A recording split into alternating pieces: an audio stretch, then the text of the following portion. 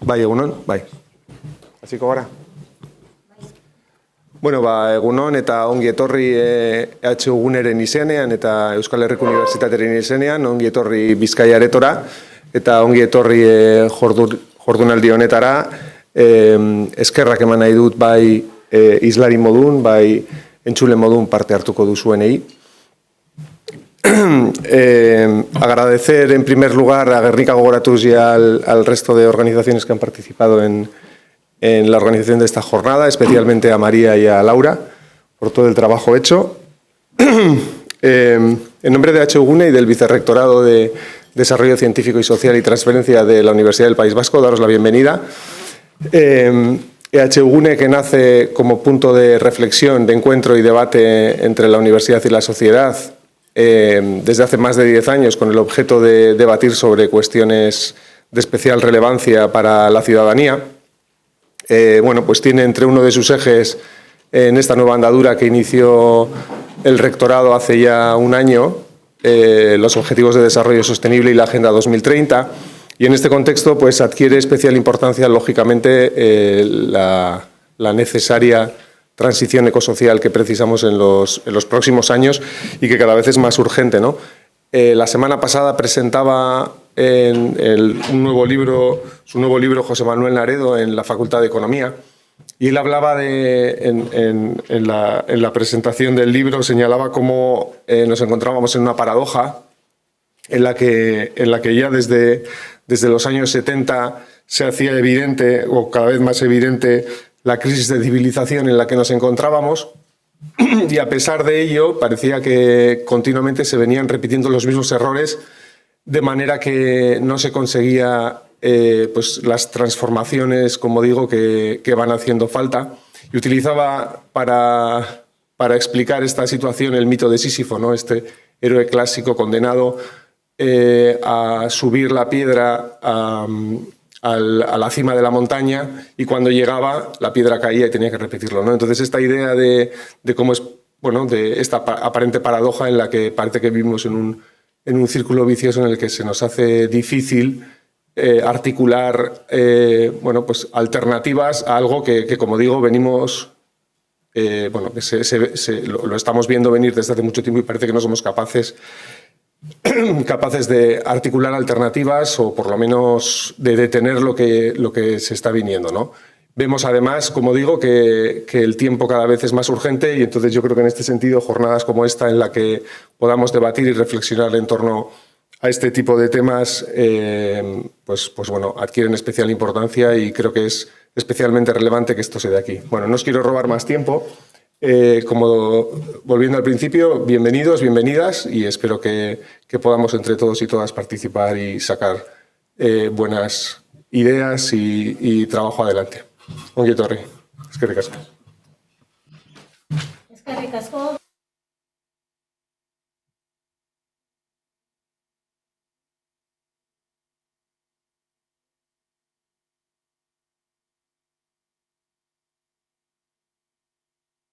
Bakearen ekonomia kolaborategiak burutzera. Agradeceros a todos y a todas que estéis aquí, una edición más en este 5º Laboratorio de Economía de Paz, Derechos Humanos y Empresa Vasca. Agradecer a David y a la Universidad del País Vasco, Euskal Herriko Unibertsitateari, su colaboración, a Economistas Sin Fronteras, a la coordinadora de ONG desde Euskadi, a REAS Euskadi, su colaboración en estas jornadas, en este laboratorio. Andamos bien de tiempo, tenemos hasta las 2 del mediodía, pero vamos a empezar ya con la primera mesa que tenemos prevista para hablar de economía de paz. Yo voy a ser muy breve en la presentación de las 2 personas que me acompañan, a las que agradezco su participación en estos laboratorios, y él y ella tendrán una intervención de una media hora cada uno antes de dar inicio a la segunda mesa, que dinamizará Laura Ruiz, de Economistas Sin Fronteras, para abrir los diálogos horizontales que caracterizan estos laboratorios. Se trata de establecer un diálogo en torno a la pregunta que este año hemos planteado en este laboratorio sobre qué transiciones son necesarias para avanzar hacia una economía que cuide la vida, hacia una economía que esté atenta a todos los requisitos de la vida. En esta primera intervención planteaba a Amador Fernández Sabater y a Gemma Galdón Clavel hablar sobre economía de paz desde las disciplinas que ellos están trabajando, que están analizando. Amador Fernández Sabater es investigador independiente, es activista y editor, y tal y como se define también es un filósofo pirata. En la web Filosofía Pirata tiene recogidas sus reflexiones y escritos. Ha editado y ha escrito 2 libros, el del año pasado, La fuerza de los débiles, ensayo sobre la eficacia política, y anteriormente, en el 2020, escribió otro libro, Habitar y Gobernar, inspiraciones para una nueva concepción política. Sobre esta propuesta es la que estuvimos hablando ya hace un tiempo, que entendíamos que podía enmarcar muy bien estas jornadas, Economía de Paz, para hablar de cambio de paradigma, de un paradigma de gobernar a un paradigma de habitar. Gemma Galdón Clavel es investigadora también y es directora de Éticas Consulting, analista de políticas públicas y del impacto social, legal y ético de las tecnologías. Y sobre responsabilidad en torno al mundo de los algoritmos. Es también activista desde movimientos de resistencia global y ha estado también interesada en la lucha del colectivo Ocupa. Los dos son, como hemos podido señalar, un investigador y una investigadora, y 2 activistas. Tienen propuestas, creo que muy interesantes, que vamos a tener ocasión de escuchar, y luego, cuando ya se establezcan los diálogos horizontales después de la última intervención, abrir a todas y a todos vosotros. Amador, si te parece, empezamos. Sí. Venga. Bueno, ¿esto tengo que girarlo? Sí. ¿Se escucha bien? Bueno, pues nada, encantado de estar aquí esta mañana tan de mañana. Y gracias a María, a Ernika Gogoratús y a todos los que hayan estado implicados en la organización de estos encuentros, ¿no? Con María estuve hablando de cuál era el tema, digamos, para... María, tú controlas los tiempos, ¿no? Sí. Que yo me enrollo, puedo enrollarme infinito. Hablamos un poco del tema para la charla de hoy, y ella proponía esta cuestión de la economía de paz, ¿no? Y entonces, bueno, pensaba yo cómo agarrar este tema, que no es exactamente el mío, ¿no? ¿Qué pasos hay que dar para transformar hacia una economía de paz, Y entonces, bueno, lo que me venía es si del tema que me proponía María no se puede pensar que entonces en lo que vivimos hoy es una economía de guerra, ¿no? Si queremos transformar hacia una economía de paz y estamos pensando qué pasos que habría que hacer, que habría que cambiar, entonces eso quiere decir que vivimos en una economía de guerra, o en una economía que es la continuación de la guerra por otras partes, por otros medios, como decía, ¿no? Parafraseando la cita famosa de Clausewitz, ¿no? Que él dice: la política es una continuación de la guerra por otros medios. ¿Sería hoy la economía la continuación de la guerra por otros medios? Entonces, bueno, a mí me gustaría agarrar esta cuestión desde mi acceso al mundo, que tiene más que ver con la filosofía, con abstracciones, pero ya veremos que son abstracciones muy concretas, ¿no? Y pensar esta cuestión de si vivimos en una economía de guerra, ¿qué significa esto? Porque no limitaría el significado simplemente al hecho de que hoy, con la guerra de Ucrania y Rusia, estemos viviendo el problema de los suministros y de las escaseces y de las limitaciones. Me parece que una economía de guerra tiene un significado más amplio y no simplemente coyuntural, ¿no? Tendría más que ver con la crisis de civilización que se ha dicho antes, ¿no? Y al mismo tiempo, ¿qué significaría esto de una crisis de una economía de paz, ¿no? ¿Qué significaría economía de paz? O economía atenta a la vida, ha dicho María ahora, ¿no? Bueno, entonces, lo primero que me viene es decir que me parece que no sé si el primer paso, ni siquiera sé si el pensamiento por secuencias de los pasos es el que más necesitamos hoy, ¿no? Ha sido un pensamiento clásico dentro de la transformación social, pensamiento por etapas, pensamiento por pasos, pensamiento por secuencias, ¿no? El tiempo cortado en secuencias, en fases, en etapas. No sé si es el más, digamos, adecuado para los desafíos que necesitamos hoy, ¿no? Más bien diría que más que medios hacia un fin, que es lo que implica el tiempo por etapas, lo que necesitamos es una mezcla de fines y medios, ¿no? O medios que prefiguren ya los fines que queremos, mientras que en el tiempo por etapas se distingue el medio y el fin, ¿no? Bueno, en todo caso, eso es muy secundario ahora. Pero yo diría que sí que una dimensión importante del cambio es lo que podemos llamar una revolución cultural, ¿no? Y cultural en el sentido antropológico del término cultura, en el sentido más fuerte del término cultura, ¿no? Es decir, cambiar al propio ser humano, un cambio del propio ser humano y un cambio de la relación de lo humano con el mundo, ¿no? El mundo en sus diferentes capas, ¿no? Capa física, capa biológica, capa cultural, ¿no?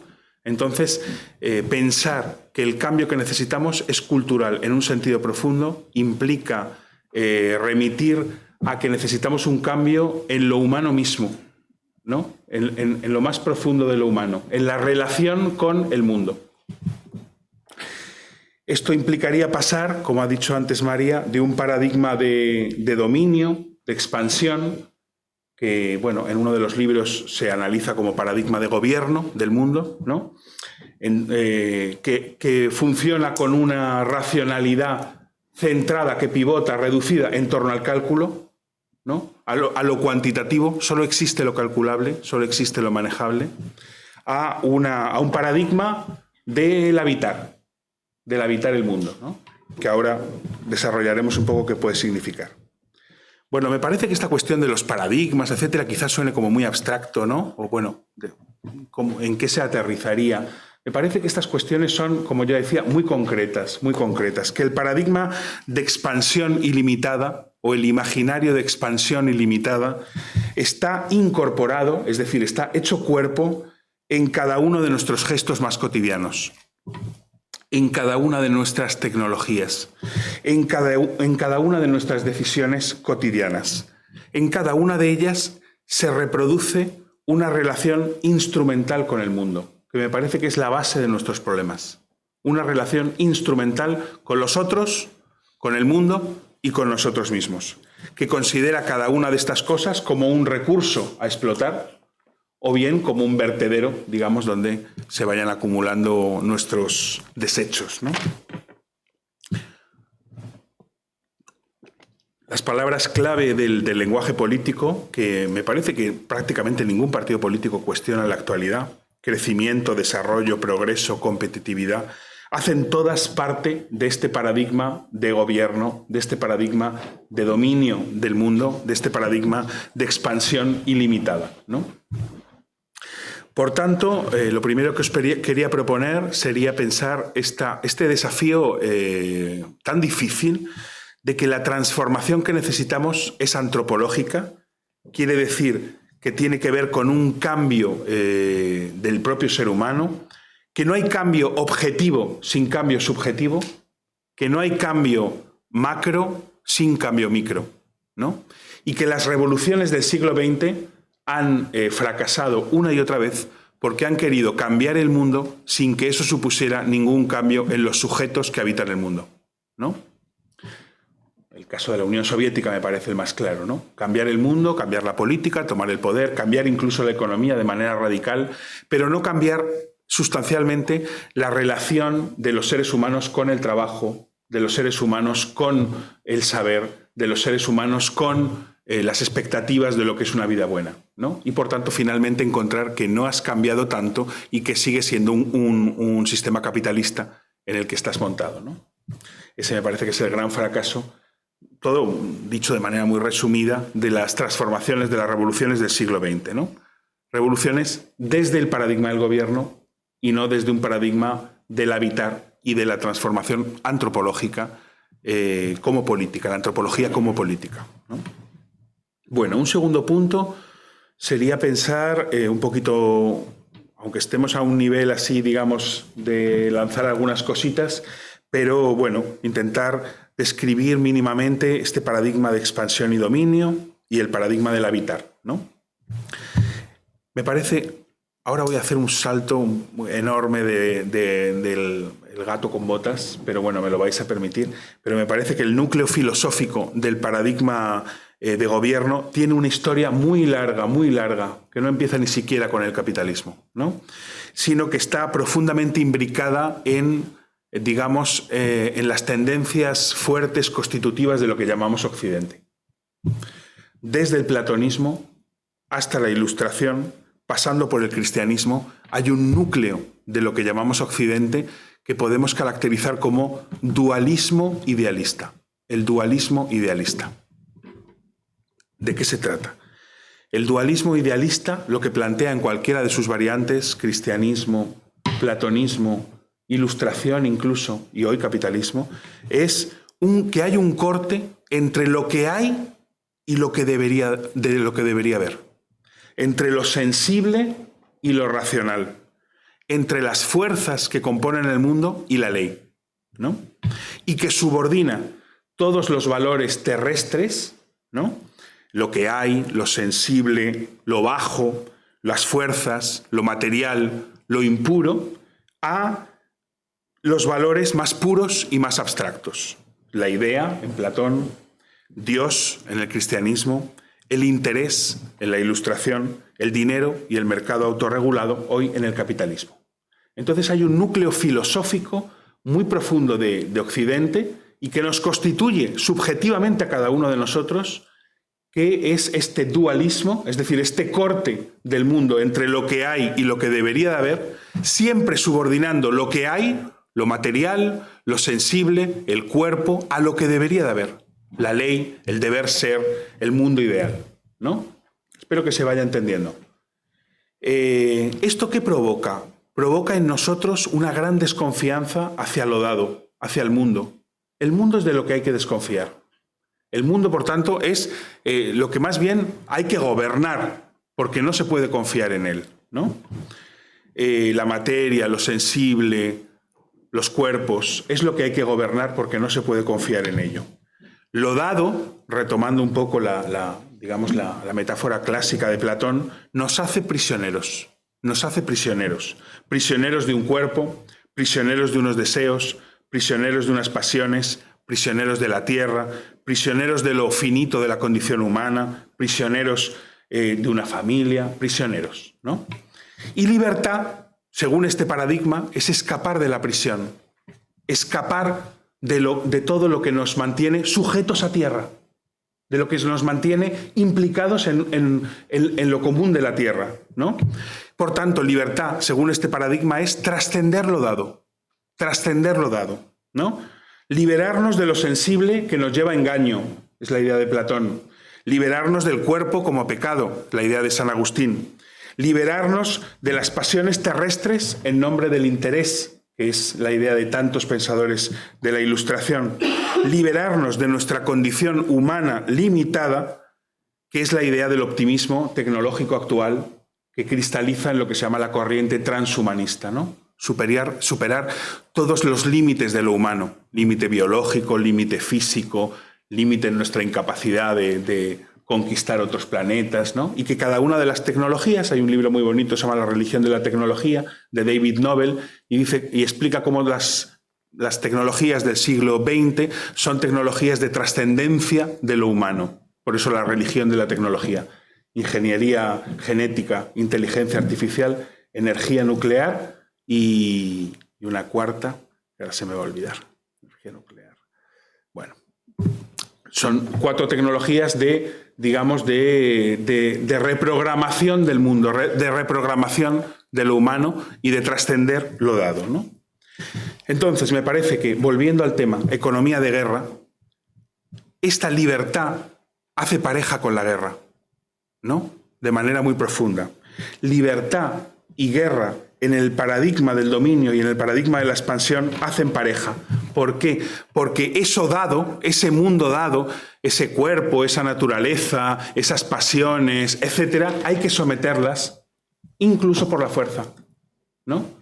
Es un mundo en el que para ser libre hay que escapar de él. Y para escapar de él se trata de gobernarlo. Y se gobierna también por la fuerza. Y se gobierna también por la fuerza, ¿no? Entonces no es casual que nuestra economía sea de guerra, porque en su núcleo más profundo, su núcleo metafísico, hay una desconfianza hacia lo dado que hay que someter también por la fuerza, ¿no? Y por eso Occidente conoce una larga historia de destrucciones y una larga historia de masacres, ¿no? Imperialismo, colonialismo, totalitarismo, etcétera, en la cual siempre ha habido muchos estorbos que eliminar para alcanzar el supuesto ideal. Campesinos, indígenas, judíos, mujeres, etcétera, siempre han sido considerados como algo que no encajaba en el ideal y que había que borrar, incluso por la violencia, para alcanzar, digamos, el mundo ideal, el mundo de gobierno y el mundo de control, ¿no?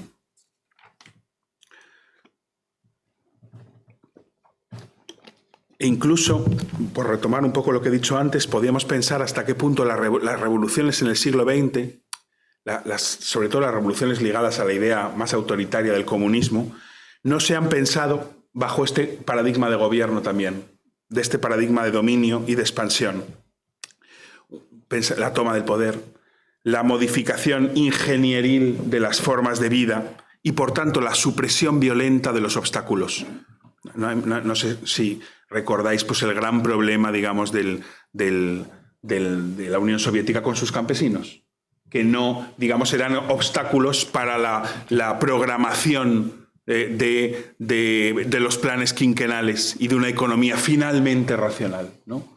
Estaban demasiado pegados a la tierra, eran demasiado irracionales, se guiaban todavía por saberes ancestrales, por sus costumbres, y por tanto hay que eliminarles para implantar la razón, ¿no? Hay que eliminarles para implantar la razón.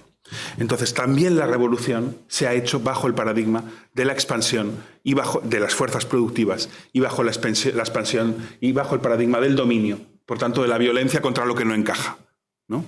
Que es violencia hacia afuera, naturaleza, otros seres vivos, etcétera, y violencia hacia adentro, hacia nuestro cuerpo, que afortunadamente no siempre obedece. También porque tenemos un inconsciente que se nos olvida muchas veces y que no obedece y gracias a Dios nos hace todo el rato sabotajes, ¿no?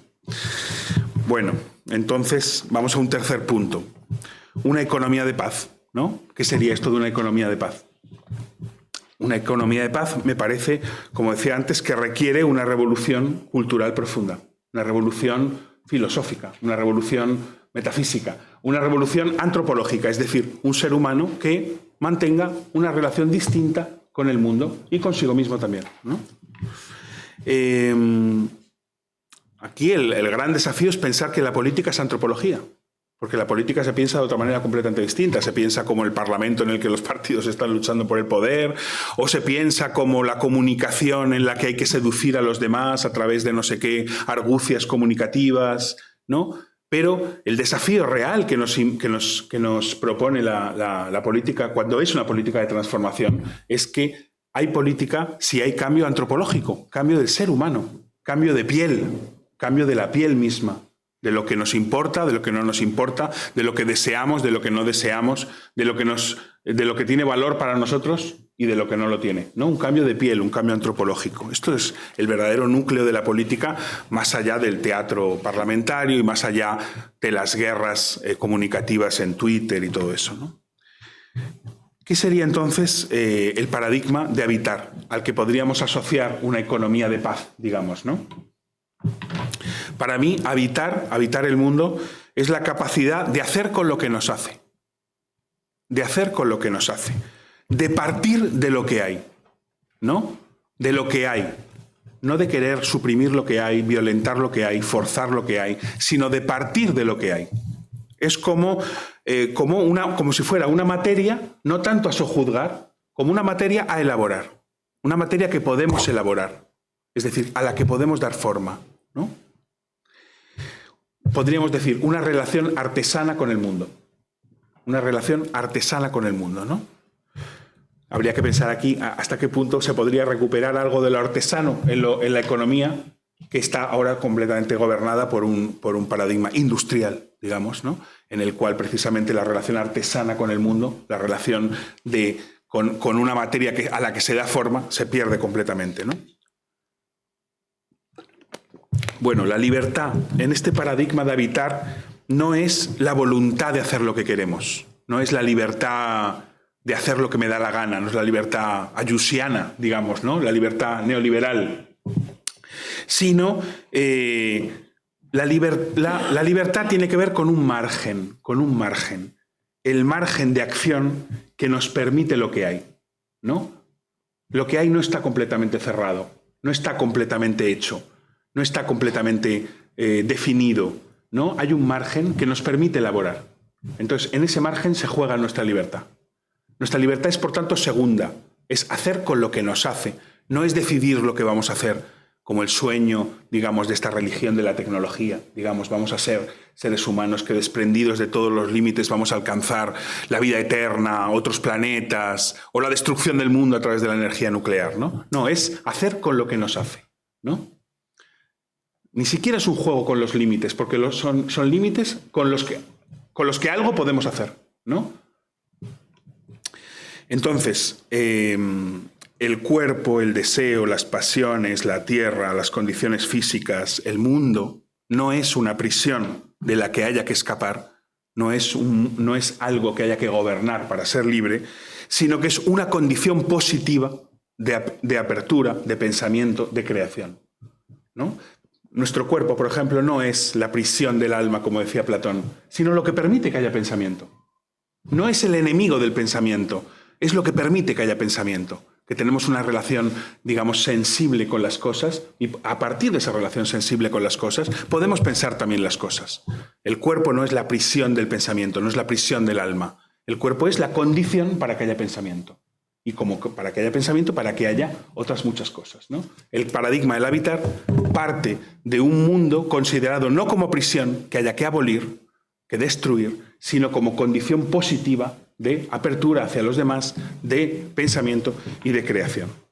Por tanto, las cualidades más propias del habitar son la escucha, la atención y la sensibilidad para captar esas potencias que ya están en lo real, para captar esos márgenes que lo real nos permite, ¿no? Esos márgenes de apertura, etcétera, y para elaborar con ellos y a partir de ellos, como la materia a elaborar, no a dominar, a sojuzgar, a violentar, ¿no? Entonces, lo dado, el mundo, es también potencia, no solo obstáculo, es también potencia, ¿no? Y habría que pensar desde aquí en qué podría consistir una revolución del habitar, ¿no? Que a diferencia de las que se han hecho en el siglo XX, todavía presas en el imaginario de la expansión y del dominio, fuera una revolución que parte de lo que hay, para hacer con lo que hay, porque ya hay en lo real potencias que se pueden alimentar, ¿no? Ya hay potencias que trabajan lo real, ya hay gente que quiere otras cosas, ya hay modos de vida diferentes que podemos intentar cuidar, alimentar, organizar, federar, intensificar, etcétera, ¿no? No se trata de tener una utopía y bajar la tierra, sino de ver qué hay ya en la tierra que nos permite, digamos, desplegar potencias, ¿no? Por tanto, escucha, sensibilidad, atención son las cualidades de este paradigma para estar atentos a lo que ya hay en lo real, ¿no? No lo que debería haber según nuestra ideología o nuestra cualquier cosa que nos pase por la cabeza, sino lo que ya está trabajando lo real y podría ser base de un cambio, ¿no?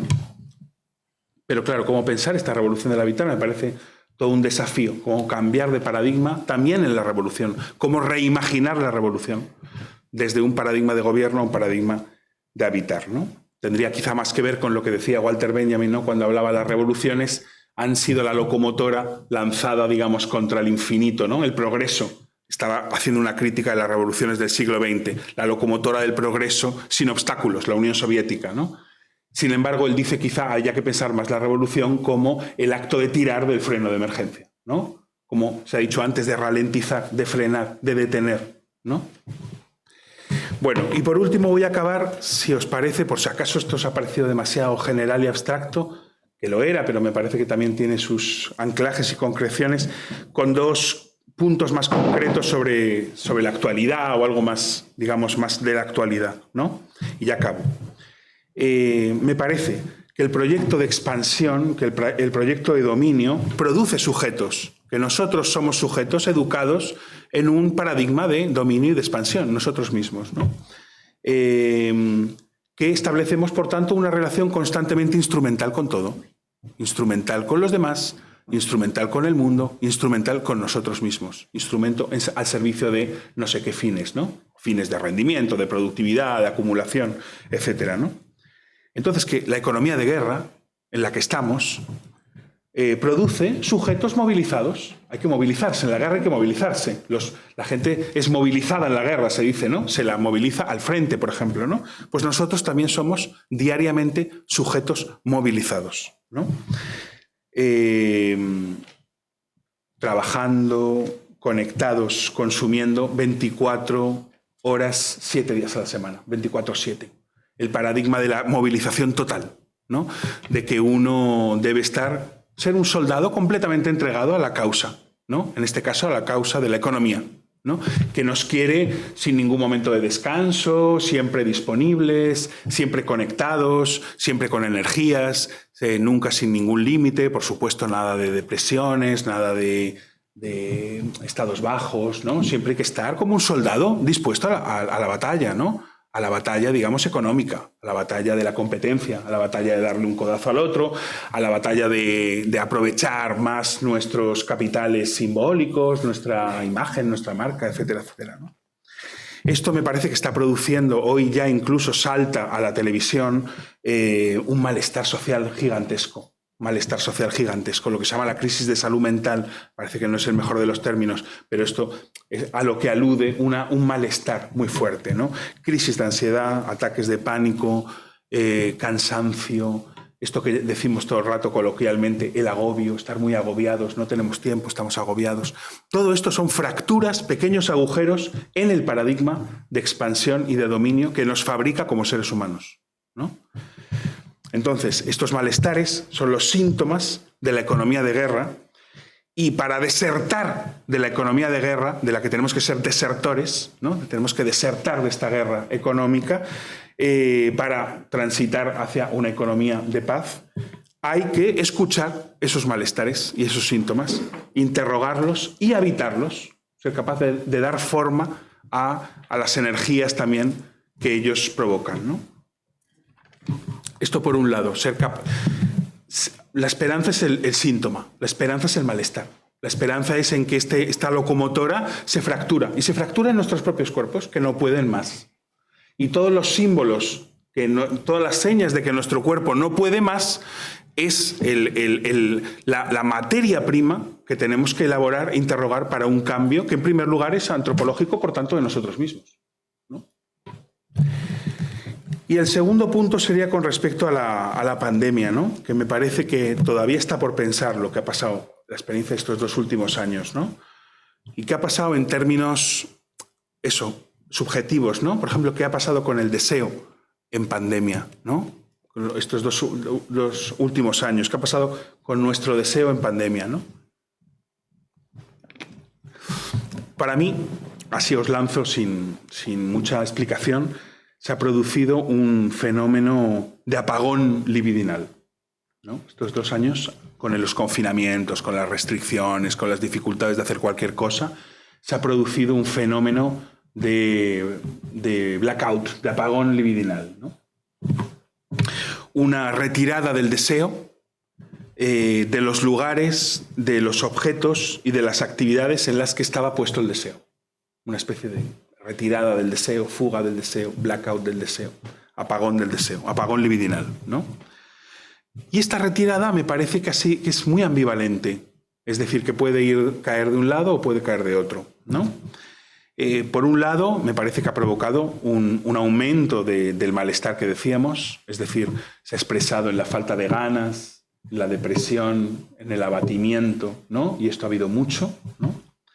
Pero por otro lado, me parece, lo constato en gente muy cercana y en mí mismo, que también ha habido una fuga interesante de la competitividad, de la carrera de hámster, del éxito y de las lógicas de consumo, ¿no?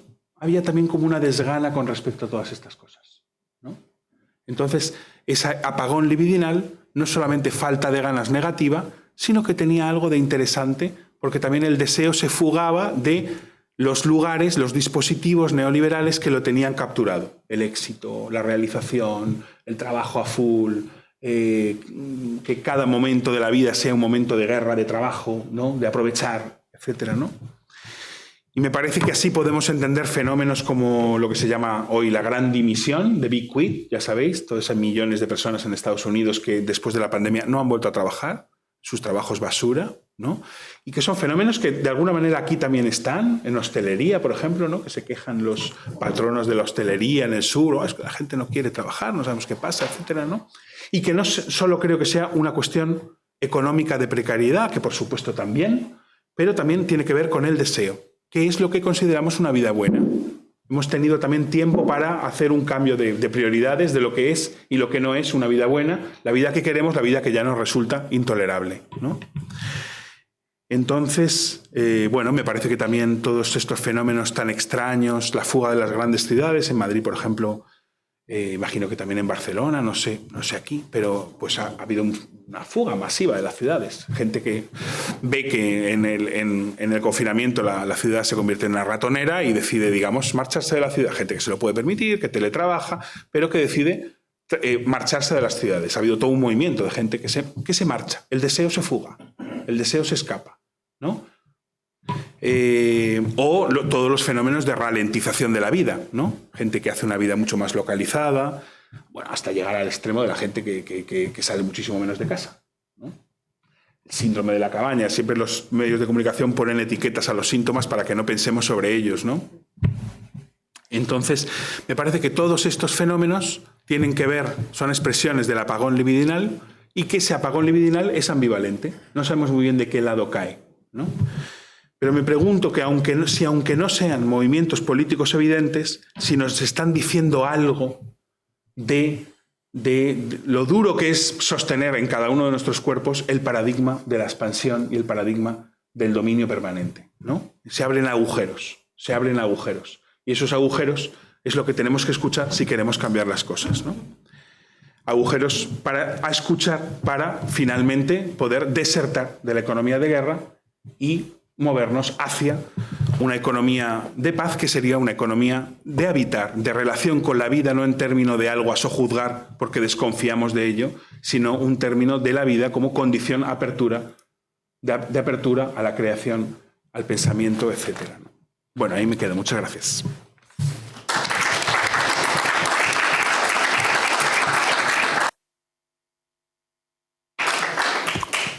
Eskerrik asko, muchas gracias, Amador. Muy bien. Gemma, cuando quieras. Pues muchas gracias por la invitación y por el foro. Me parece que es importantísimo hablar de tecnología, que es mi tema, y que el debate tecnológico entre también en nuestra forma de pensar y de intentar configurar el futuro. Empezaba Amador diciendo que tuvo un poco como que domesticar el tema de la intervención. A mí me pasó lo mismo, o sea, como economía de paz, cómo vinculo eso a mi trabajo. Y yo me centré en la parte de las transiciones, que creo es uno de los puntos también importantes, cómo organizamos la transición y cómo aseguramos que cuando las cosas cambian no acabamos en un lugar peor de aquel del que partimos. Y con el fenómeno tecnológico el riesgo de acabar en un lugar peor es un riesgo muy evidente. Creo que para articular cualquier transición es importantísimo tener capacidad diagnóstica. Y uno de los problemas que tenemos con tecnología es que cuando la población y los políticos creen estar hablando de tecnología, en realidad de lo que hablan es de ciencia ficción. Y eso lleva años creándonos un debate público terriblemente pueril y alejado de los retos reales de aquellos que desarrollamos tecnología. No somos capaces de intervenir como ciudadanía en el desarrollo tecnológico porque no lo entendemos, porque aquello de lo que se habla no tiene nada que ver con los retos actuales de la ingeniería, sino con las series de Netflix. Y un poco quiero desgranar también los intereses que hay detrás de esa opacidad alrededor, de esa excesiva complejización de lo tecnológico para hacerlo muy poco asequible al debate social. Quiero hablar de 5 cosas principales: de datos personales, de memoria, de derechos, de poder, seguramente donde me voy a detener más, y finalmente de regulación. Me imagino que, como casi todo el mundo, os sentís que estamos en un momento de transición, revolución tecnológica brutal, que todo está cambiando por la tecnología. Y yo, que mi primera formación es en historia, como historiadora, me cuesta mucho ver revoluciones y creo que mi perspectiva más de tiempo lento me favorece y me facilita el análisis del momento actual. Hay 2 grandes cosas, solo 2, que están marcando el momento tecnológico actual. Por una parte está Internet, que ya no es un fenómeno nuevo, pero que sí que ha tenido impactos importantísimos: la desaparición de la distancia, con la posibilidad de comunicarnos de forma real en cualquier lugar del mundo. Esa desaparición de la distancia ha tenido impactos en absolutamente todo, en cómo trabajamos, cómo nos relacionamos, cómo generamos y compartimos información. Y la segunda variable de innovación, que tampoco es para nada nueva, es la mejora en la capacidad de procesamiento. La famosa ley de Moore, que tampoco es nuevo. Desde los años 60 sabemos que la capacidad de procesamiento de datos se multiplica de forma anual. Parece que la ley de Moore dejó de cumplirse en 2020, pero en cualquier caso hemos estado 60 años de mejora de capacidad de procesamiento. Y en realidad el único cambio sustantivo en términos tecnológicos son estos 2, Internet y la capacidad de procesamiento. Pero es verdad que la capacidad de procesamiento ha llevado a algo que ha posibilitado fenómenos nuevos, que es la miniaturización de dispositivos. Como mejora la capacidad de procesamiento, los dispositivos de recogida y procesamiento de datos pueden ser más pequeños, ¿no? Hace 50 años un ordenador era inmenso, hoy los ordenadores los llevamos en el bolsillo y son mucho más potentes que aquellos ordenadores de hace 50 años. Con la miniaturización se abre un mundo de posibilidades en la recogida de datos. De repente los sensores que recogen esos datos pueden estar en cualquier lugar. Como el ordenador ya no es una habitación, lo podemos mover con nosotros y puede capturar información en tiempo real. Y eso es realmente lo que articula el momento actual, un subproducto de esa mejora en la capacidad de procesamiento que lleva a la miniaturización, y la miniaturización lleva a la capacidad constante de recogida de datos. Un ejemplo que siempre pongo: yo en los años 90, después de la escuela, me iba a mi casa. Lo sabía mi madre si yo por la mañana le había comentado después de la escuela voy a ir a casa, y si me veía un vecino subir a casa. Hoy, si yo paso una tarde en mi casa, lo sabe la cámara de la calle que me ha visto llegar a mi casa, lo sabe mi dispositivo móvil, y no solo mi proveedor de telefonía, sino cualquier aplicación que yo pueda tener puede estar recogiendo no solo mi geolocalización, sino también los datos de mis interacciones, qué busco, qué hago, con quién hablo, etcétera, etcétera. Si me conecto a una intranet a través de mi dispositivo fijo del trabajo, todos los sistemas que tengo instalado en mi ordenador a través de las cookies, lo que sea, van recogiendo información sobre qué estoy haciendo en ese momento. Eso sí, hablo con alguien, si leo, a qué velocidad leo, etcétera, etcétera. Si tengo una Smart TV, espero que no tengáis Smart TV, la Smart TV puede recoger no solo mis movimientos por casa, sino también todos mis diálogos, cualquier otro dispositivo Smart o cualquier videoconsola de última generación. Todos son dispositivos de recogida constante de datos, con lo cual un acto de intimidad, como era estar una tarde en mi casa en los 90, se ha convertido en un momento de recogida masiva de datos. Si eso pasa en un espacio de intimidad, imaginar lo que pasa cuando estamos fuera de los espacios de intimidad, cuando estamos utilizando espacios públicos, cuando estamos trabajando, cuando estamos viajando, etcétera, etcétera, etcétera. En realidad, lo que da potencia al momento tecnológico actual no es un hecho tecnológico en sí, sino la capacidad de tener por primera vez en la historia datos en tiempo real de lo que hacemos todos. Y lo que hacemos quiere decir cómo interactuamos, cómo amamos, cómo nos enamoramos, cómo trabajamos, cómo nos movemos. Todo lo que hacemos genera rastro.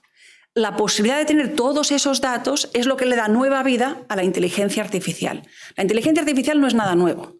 Todas las sociedades han soñado o han jugado con la idea de reproducir la conciencia humana en elementos fuera del cuerpo humano. Pero una disciplina más centrada en la filosofía, hace muchísimos años, en los siglos, en el siglo XX lo convertimos en una ciencia tecnológica. Incluso en tecnología, la inteligencia artificial lo que hace es jugar con modelos teóricos de aprendizaje automático. ¿Qué ocurre con esos modelos teóricos de aprendizaje automático? Que de repente tienen datos personales con los que trabajar. Con lo cual, las fórmulas matemáticas de aprendizaje automático con las que jugábamos de forma abstracta, de repente pueden jugar y pueden tomar decisiones con toda esa información. Y de ahí sale el fenómeno el Silicon Valley más reciente, no el original, que se basa más en el tema de los microchips y la miniaturización, pero el Silicon Valley más moderno, la industria tecnológica vinculada a la inteligencia artificial, muy orientada también al consumo. ¿Qué hacen estos sistemas? Pues aprovechar esa capacidad de generar datos personales para tomar decisiones sobre nuestras vidas. La mayoría de esos sistemas originalmente se centran, como decía, en temas de entretenimiento y consumo. Y eso me sirve para explicar un poco, como no sé un poco cómo es el auditorio, pero mucha gente tiene ideas un poco extrañas de lo que son los algoritmos de la inteligencia artificial. Básicamente un algoritmo no es más que una serie de comandos. Una serie de comandos muy sencillos que lo que hacen es permitirnos identificar patrones en bases de datos muy grandes. Un ejemplo que todo el mundo entenderá. Netflix. Si veis Netflix o utilizáis Spotify. Cuando veis una película, una serie o escucháis una canción, después de esa canción se os recomienda de forma automática una canción siguiente. Esa canción siguiente no es porque haya nadie detrás pensando, pues oye, a María, ¿qué le gustaría escuchar?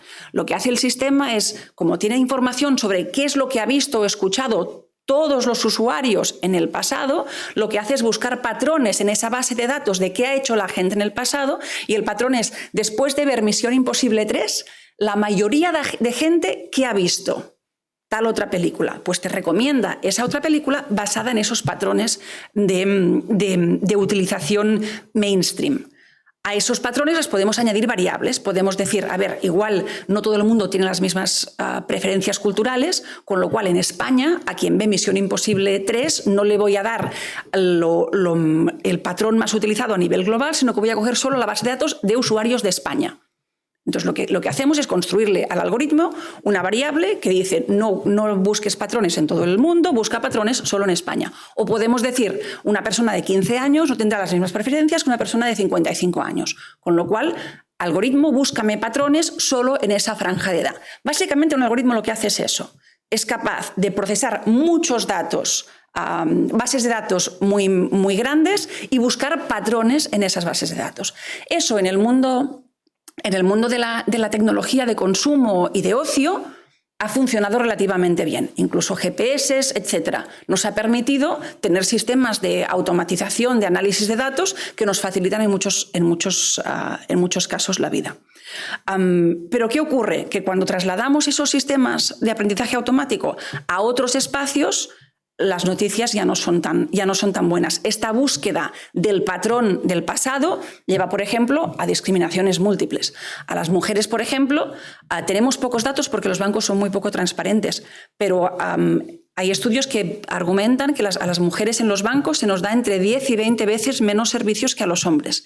¿Por qué? Porque el algoritmo hace lo mismo que hace el algoritmo de Netflix. Coge las bases de datos históricas y dice cómo ha sido mi cliente ideal en el pasado. Y como las mujeres hace muy poco que estamos bancarizadas, la base de datos lo que dice es que el cliente normal es un hombre. Con lo cual a las mujeres lo que se hace es se nos asigna mayor riesgo. Si no hay una intervención en ese algoritmo, nos introduce una variable que haga que a las mujeres, que nuestro género sea invisible o más invisible de lo que es habitualmente, o compensamos esa discriminación, esa búsqueda de patrones en el pasado, lo que hace muchas veces es reproducir dinámicas de discriminación o de exclusión históricas, porque los datos hablan de esa discriminación y de esa exclusión histórica.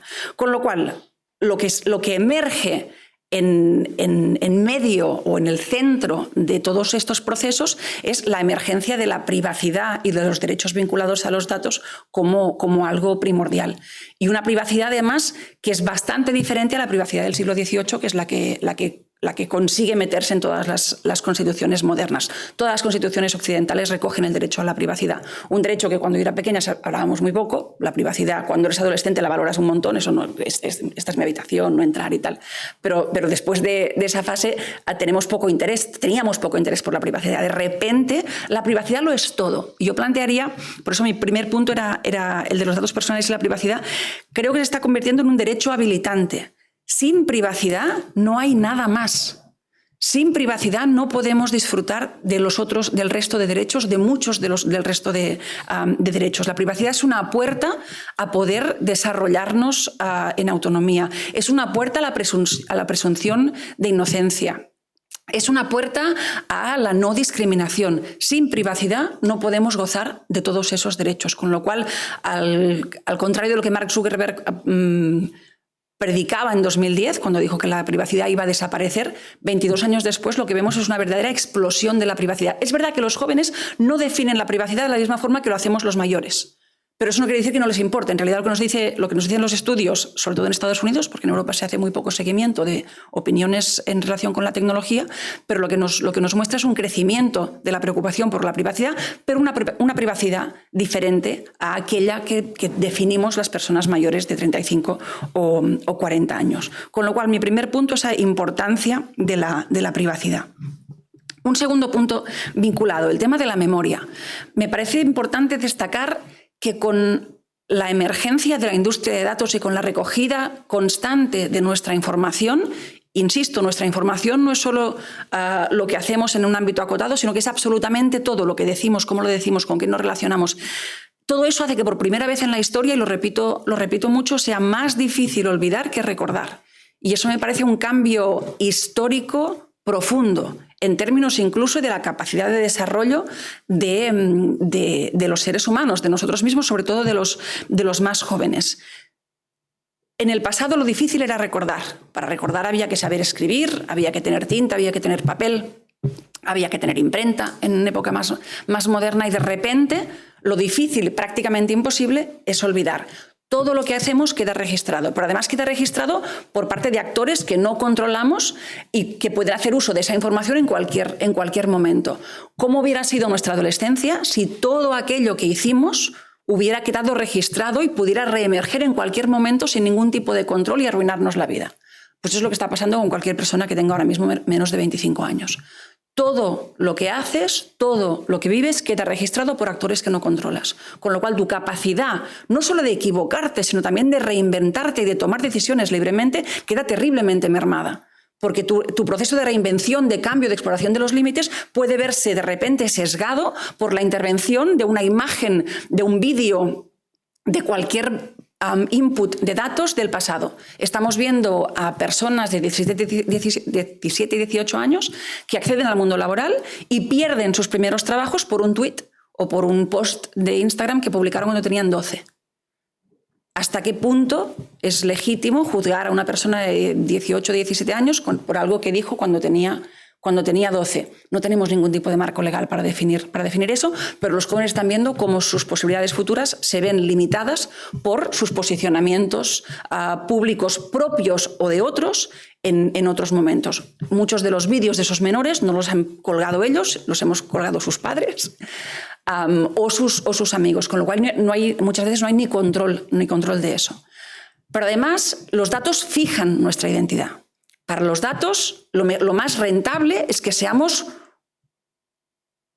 un solo ente de datos, ¿no? Nuestro doble en datos. Internet se relaciona con nosotros en base a nuestro doble en datos. Ese doble es importante que no mute, porque si muta cambian nuestras preferencias, con lo cual esa resistencia al olvido implica también una fijación de la identidad. Y si definimos libertad como la posibilidad de negociar nuestras identidades, lo que vemos es que la eclosión de los datos nos limita muchísimo cómo nos expresamos como personas. Yo no soy la misma persona cuando hablo aquí con vosotros hoy que cuando estoy con mi familia, cuando estoy en el trabajo. Esa negociación de nuestra identidad forma parte clave de quién somos y cómo nos relacionamos.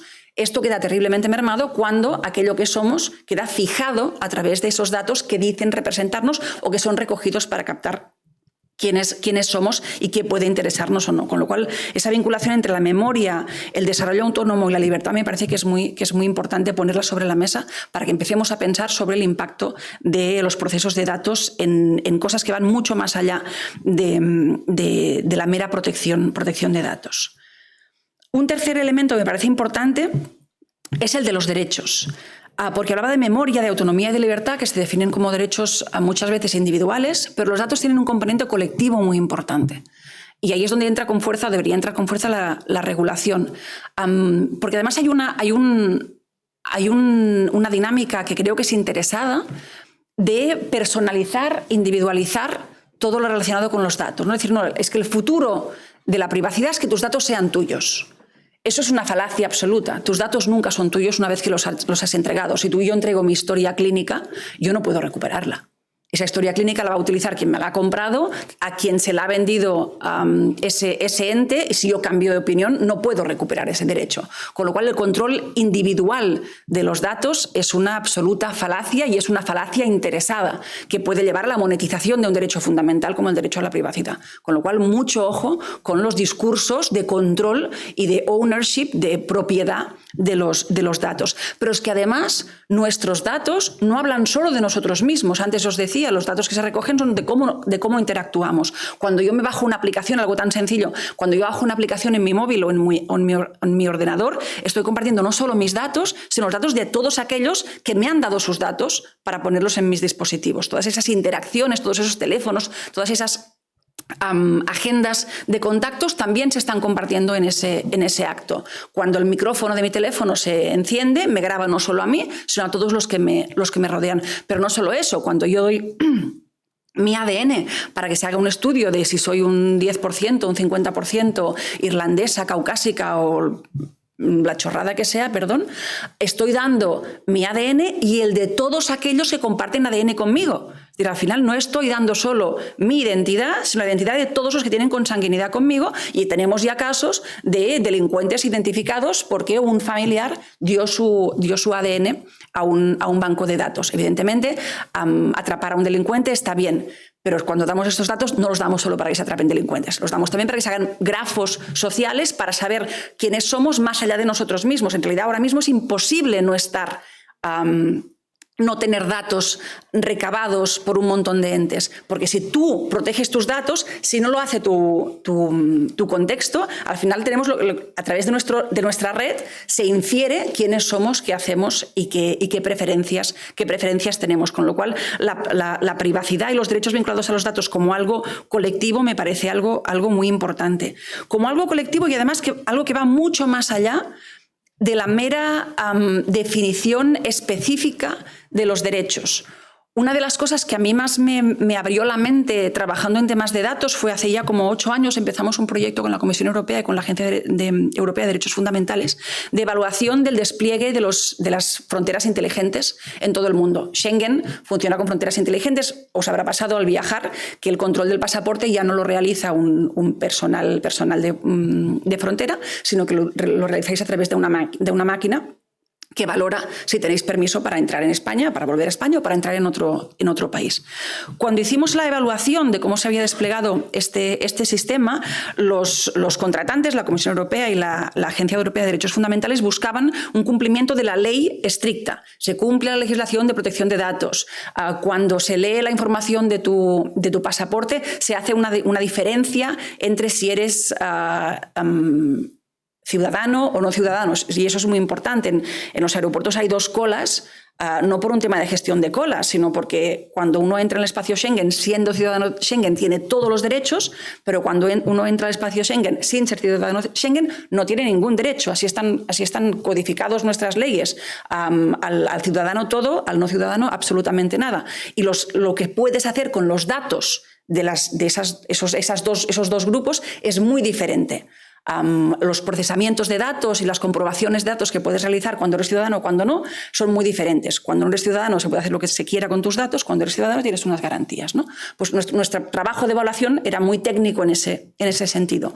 Y lo que vimos en nuestro trabajo es que el impacto de las fronteras inteligentes ha habido muchísimo más allá de un tema técnico de protección de datos o de ingeniería de datos. Lo que vimos es que al incorporar la biometría y los datos en el proceso de aceptación a un país, habíamos cambiado la definición de frontera. Históricamente, una frontera es una línea en el suelo, con los aeropuertos, puntos específicos de aterrizaje donde se crea una frontera artificial que te permite en ese momento entrar o salir. Con la datificación del proceso de viaje, lo que hemos hecho es que esto desaparezca. El cruce de la frontera empieza cuando compras un billete de avión o cuando solicitas una visa y no se acaba hasta que vuelves a tu punto de origen. El paso por la frontera o por el aeropuerto es irrelevante. El control y el derecho a viajar se establece en el primer momento de toma de decisión concreta de realizar ese viaje. Y ese viaje no se acaba hasta que las bases de datos no establecen que has vuelto a tu lugar de origen siguiendo las condiciones del permiso de estancia que tenías. Con lo cual, la frontera deja, como la entendíamos tradicionalmente, deja de existir. Lo que estamos viendo es que la tecnología tiene impactos que van muchísimo más allá de un tema puro de derechos individuales o colectivos. Estamos reformulando un montón de elementos que nos rodean, que son importantísimos para la protección de derechos y para la protección de las formas de relacionarnos y de la vida y la libertad tal y como las conocemos. El cuarto punto que quería plantear es el punto del poder, y me parece importantísimo.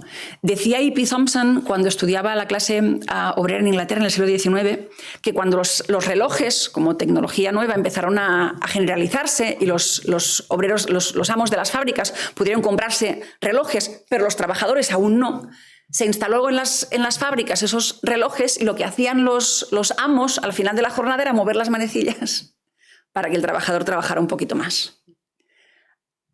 Eso es interesante porque es exactamente lo que está pasando ahora mismo. Tenemos tecnologías que podrían ser tecnologías de refuerzo de derechos de los más vulnerables. El reloj puede permitir la fijación de la jornada y que trabajes efectivamente 8, 10, 12 horas, lo que tengas que trabajar, 6, 4, pero en manos de solo una parte de la relación de poder se convierten en herramienta de dominación y de control.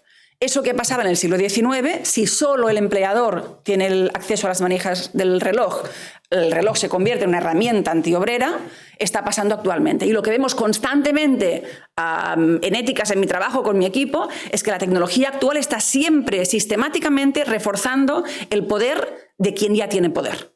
Con lo cual está teniendo un impacto brutal en los desequilibrios de poder que ya heredábamos de un siglo muy, muy desigual.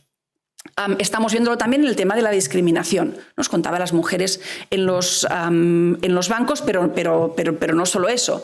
Hace 2 años, en Gran Bretaña se sustituyó la selectividad por un algoritmo. Como no se pudo hacer el examen, se decidió que los alumnos podrían acceder a la universidad en base a un cálculo algorítmico de su media académica. Pero, como se puede, se decidió que el algoritmo fuera más complejo e introducirle más variables, porque se quería asegurar que aquellos que pasaran la selectividad tuvieran plaza asegurada en la universidad, es decir, hacer un match entre personas que aprobaban y plazas realmente existentes en la universidad. Se hizo ese cálculo algorítmico, que era básicamente esa suma de tu nota, a la que se le podían añadir o quitar puntos en base a una serie de variables, como lo mismo que Netflix. Cuando se publicaron las notas y la gente empezó a utilizar redes sociales para compartir esa información, se vio una dinámica común en esos datos, que es que la gente que se quejaba de que a su media se le habían quitado puntos provenían de entornos sociales desfavorecidos. Y en cambio aquellos a quienes se les había sumado puntos provenían de entornos sociales favorecidos, más afluentes. Eso en un país como Gran Bretaña, donde hay una segregación espacial en base a clase muy importante, se acabó descubriendo por qué eso ocurría. Y es que en esas variables se introdujo una variable pretendidamente neutral y académica, que es ratio profesor-alumno, que es uno de los determinantes de éxito académico, pero no es un determinante neutral. La ratio profesor-alumno es menor en las escuelas de élite. Con lo cual, al introducir una variable teóricamente neutral y vinculada a efectos educativos, se acabó creando un sesgo de clase en esa relación. Muchos alumnos perdieron la posibilidad de ir a la universidad ese año. Con lo cual, de nuevo, los que sufren esas dinámicas son precisamente los más vulnerables. En España tenemos 3 grandes algoritmos públicos. Biogen, que asigna riesgo a las mujeres maltratadas en casi toda España. Riscambi, en Cataluña, que es un algoritmo de asignación de riesgo de reincidencia. Y Bosco, que es el algoritmo de bono social. ¿Qué tienen en común las mujeres maltratadas, las personas que están en cárceles y los perceptores del bono social? Son colectivos vulnerables. En todo el mundo estamos empezando el experimento de la inteligencia artificial con aquellos que menos pueden comprender y defenderse ante sus impactos discriminatorios negativos o ineficientes. Con lo cual, de nuevo, la dinámica tecnológica no hace más que reforzar dinámicas de empoderamiento y de despoderamiento de ciertos colectivos. Además, la tecnología está reproduciendo una dinámica que ya tenemos muy identificada desde los años 70, que es el privilegio de los intereses corporativos por encima de los intereses colectivos o de la democracia. Estamos viendo, por ejemplo, cómo las dinámicas de optimización de los objetivos de negocio de las empresas son permitidas a pesar de que tengan un impacto negativo sobre la democracia.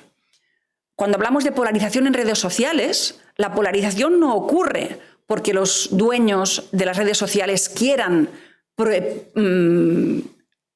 subrayar o dar mayor énfasis a posiciones políticas específicas o a un nivel de rabia específico.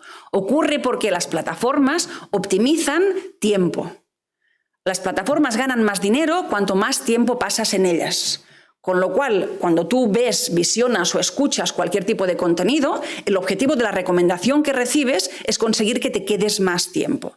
¿Qué es lo que nos captura la atención? Aquello que nos vincula emocionalmente. ¿Qué nos vincula emocionalmente? Aquello con lo que estamos o muy de acuerdo o muy en desacuerdo. Pero al final, la polarización es un subproducto de una optimización de objetivos corporativos. Solo permitimos que los objetivos corporativos estén por encima de los objetivos de impacto social en el ámbito tecnológico. Tenemos una anomalía brutal en lo tecnológico, es que hemos permitido que se desarrollen las tecnologías sin ningún tipo de control sobre cuáles son esos objetivos de negocio que se están generando. Y todo eso en un contexto terrible en el cual la política ha decidido no presentarse. Inirarti habla del Parlamento como un espacio de anticipación estratégica. Si los parlamentos son eso, en tecnología han dejado claramente de realizar su función. No hay nadie que esté pensando en el impacto de la tecnología en derechos fundamentales, en dinámicas sociales, en oportunidades, en no discriminación. Todos los políticos, casi todos, con muy pocas excepciones, cuando hablan de tecnología, hacen el ridículo y de una forma, y lo digo con mucha pena. Porque además no hay diferencia entre derechas e izquierdas. Es ridículo total y absoluto por desconocimiento de lo que hace la tecnología. Con lo cual, lo que tenemos es una tecnología que lo que hace es constantemente reforzar esos objetivos de negocio y olvidarse de ese impacto legal, social y ético. Pero es que además esos objetivos de negocio muchas veces van en contra incluso de la propia tecnología. Yo creo que uno de mis trabajos es salvar la tecnología de sí misma. Las dinámicas tecnológicas actuales van a llevar a lo que muchos ya llaman un invierno de la inteligencia artificial. Si seguimos haciéndolo tan mal, todos los actores implicados van a dejar de invertir en tecnologías de inteligencia artificial.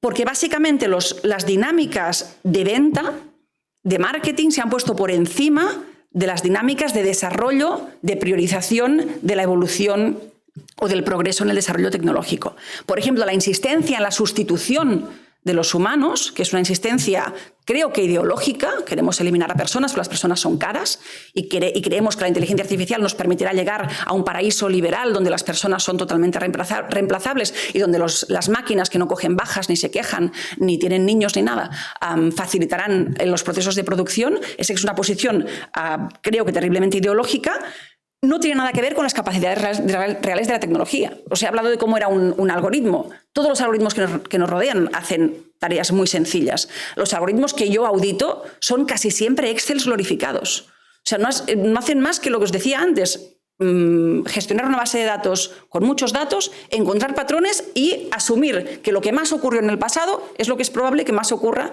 en el futuro, con algunas variables que les podemos ir introduciendo. De ahí a que esto nos sustituya, eso no va a pasar. Y no es un tema de madurez, es que no hacen lo mismo que hacemos nosotros, hacemos cosas diferentes. La tecnología nos puede ayudar en muchísimas cosas. Puede permitir pues, que yo no tenga que estar mucho tiempo en dar subvenciones, por ejemplo. ¿Tiene sentido que un ser humano, un funcionario o funcionaria, esté mirando los documentos a ver si cumplimos todos los requisitos de las bases? Pues seguramente eso una máquina lo puede hacer mucho mejor. Hay un montón de procesos burocráticos que las máquinas pueden hacer mucho mejor que nosotros y liberar la capacidad humana para hacer cosas mucho más creativas, o donde es importante introducir la variable de lo inesperado o de lo no previsto. La inteligencia artificial solo funciona bien cuando tiene muchos datos del pasado. Cuando no hay datos del pasado, la inteligencia artificial no tiene absolutamente nada que hacer. La obstinación en la sustitución nos está llevando a explotar la inteligencia artificial ahí donde peor es. La inteligencia artificial es genial para ir de 100 a 10. De 10 a 1 es pésima. Las personas de 100 a 10 nos requieren muchísimo tiempo y es muy aburrido. De 10 a 1 es donde somos mejores. En lugar de juntar eso, de juntar las capacidades de la tecnología con las capacidades humanas, esa búsqueda de la sustitución está llevando a desarrollar tecnología pésima y tecnología peligrosa, que promete cosas que realmente no puede hacer. Eso es una de las razones por las cuales el coche autónomo ni está, ni se le espera, ni lo habrá nunca. Un coche no puede conducir solo. La complejidad del mundo real es imposible de gestionar por parte de sistemas de datos. ¿Por qué? Porque la conducción implica un montón de cosas random y la intervención de muchísimos elementos que no están previstos. Y ante eso, la inteligencia artificial es fatal. ¿Nos puede ayudar la inteligencia artificial a que en un tramo recto de autopista podamos despreocuparnos un poco? Sí. ¿Podemos confiar en que un sistema de inteligencia artificial pueda conducir en entornos complejos urbanos? No. Y por eso en las auditorías de coches autónomos estamos viendo cómo los coches autónomos, por ejemplo, no están preparados para ver a seres humanos fuera de pasos de peatones. Porque si no lo puedes codificar, el sistema no lo puede ver. Y hay un montón de cosas que pasan en la cotidianidad de las ciudades que el sistema no puede codificar porque son inesperadas. Y lo inesperado casa muy mal con la tecnología. Con lo cual tenemos un problema real de concentración de intereses de negocio y económicos en la dirección de la tecnología, y eso está llevando a extremos bastante preocupantes. Web.3 es básicamente un gran timo, es la reinvención en el siglo XXII de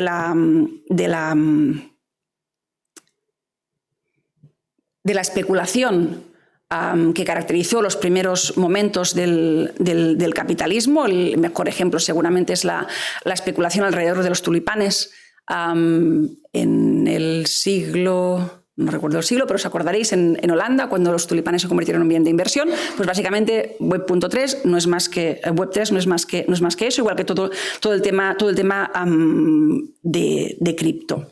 Y podemos hablar de eso si queréis en las preguntas. Y para acabar, quiero acabar con la regulación, solo con unas pinceladas que también quiero dejar para el debate. Yo a veces en mi trabajo me siento un poco como los Founding Fathers en la Constitución de Estados Unidos americana, o como lo estarían los de la Constitución de Cádiz en su momento. ¿Cómo codificamos todo eso? ¿Cómo entendemos, cómo hacemos un buen diagnóstico de cómo la tecnología cambia nuestro entorno y cómo fijamos derechos en esos nuevos entornos? La regulación actual está haciéndolo bastante mal. Hemos sido capaces de identificar principios importantes. Queremos que la tecnología no discrimine, queremos que la tecnología sea transparente, pero hemos sido incapaces de decir cómo se hace eso. ¿Qué es una tecnología transparente? ¿Qué es una tecnología no discriminatoria? Porque si tú le dices a un ingeniero no discrimines con la tecnología, el ingeniero te dirá mi trabajo es discriminar. Si yo hago un algoritmo de asignación de vivienda pública, discrimino para que no le llegue la vivienda pública a alguien que tiene medios para pagársela.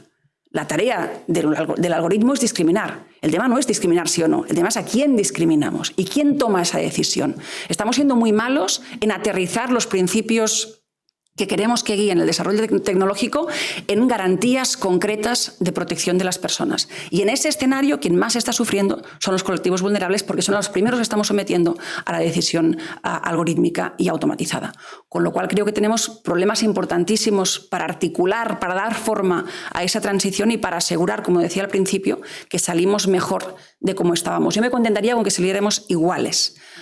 Pero ahora mismo el resultado de mi ecuación es terriblemente negativo. Perdemos derechos en la transición tecnológica. Y ahí lo dejo. Gracias.